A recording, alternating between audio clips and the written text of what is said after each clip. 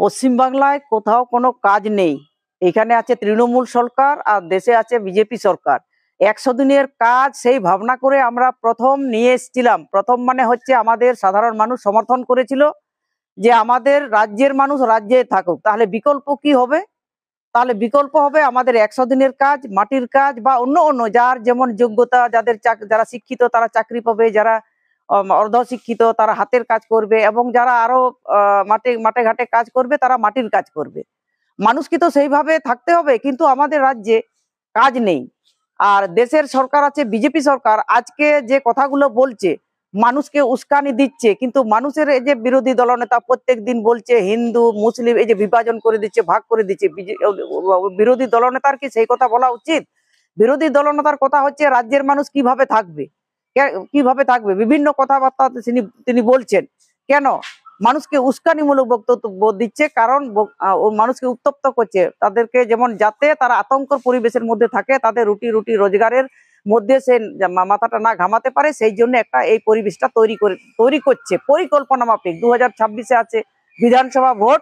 এই ভোটে মানুষকে কিভাবে ব্যতিব্যস্ত করা যায়, তাদের পক্ষে নিয়ে আসা যায়, সেই রকম তৃণমূল যেমন আমাদের 2011 সালে প্রথম অনেকবার তারা চেষ্টা করেছিল, তৃণমূল চেষ্টা করেছিল কিভাবে সরকারে আসবো। তখন শেষে কি সিদ্ধান্ত নিল? মাওবাদীদের সঙ্গে, মাওবাদী সঙ্গে বলবো না, তারাই তো মাওবাদী ছিল, সে তাদেরকে শেষে কি করলো? মানুষকে খুন করতে শুরু করলো। আমাদের যারা নেতৃত্ব কর্মী, যারা দরদি সমর্থক, একটা আতঙ্কের পরিবেশ তৈরি করছে। এরাও তাই তৈরি করতে চাইছে মানুষকে। এই যে পরিযায়ী শ্রমিক কাজে যাচ্ছে, কিসের জন্য যাচ্ছে? রাজ্যে কি কাজ থাকলে তারা যেত? ছেলে মেয়েকে ছেড়ে দিয়ে, বাবা মাকে ছেড়ে দিয়ে, কাজ নেই বলে তো চলে যাচ্ছে।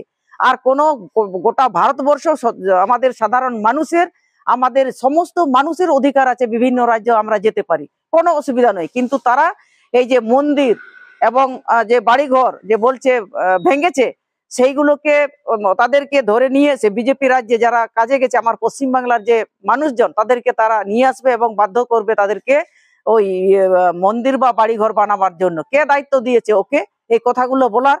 কি এখানকার মানুষ যেতে পারবে না? আমার একটা ভারতবর্ষ হচ্ছে গণতান্ত্রিক দেশ, সেই দেশে মানুষ অবাধে ঘুরে বেড়াবে, বিভিন্ন জায়গায় যেতে পারবে, কেন যাবে না? তারাও আসবে, আমরাও, এটাই তো আমাদের সব থেকে ভালো সম্প্রীতি।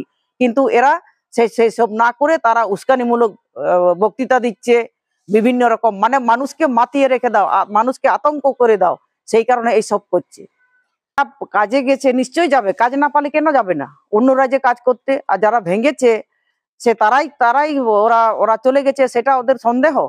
তাহলে ওরা সরকার আছে, রাজ্যে সরকার আছে, কেন তারা কিভাবে ভাঙলো, কেন ভাঙলো, সেটা আগে তদন্ত করা হোক। কেন কি কারণে তারা এইসব গন্ডগোল ঝামেলা হলো? এরা তো পাকিয়েছে দুজনে মিলে, তৃণমূল এবং বিজেপি, তারা দুজনে মিলে পাকিয়েছে, গন্ডগোল করেছে, সাধারণ মানুষকে তারা হেনস্থ করার জন্য, সেই কারণে তারা করেছে।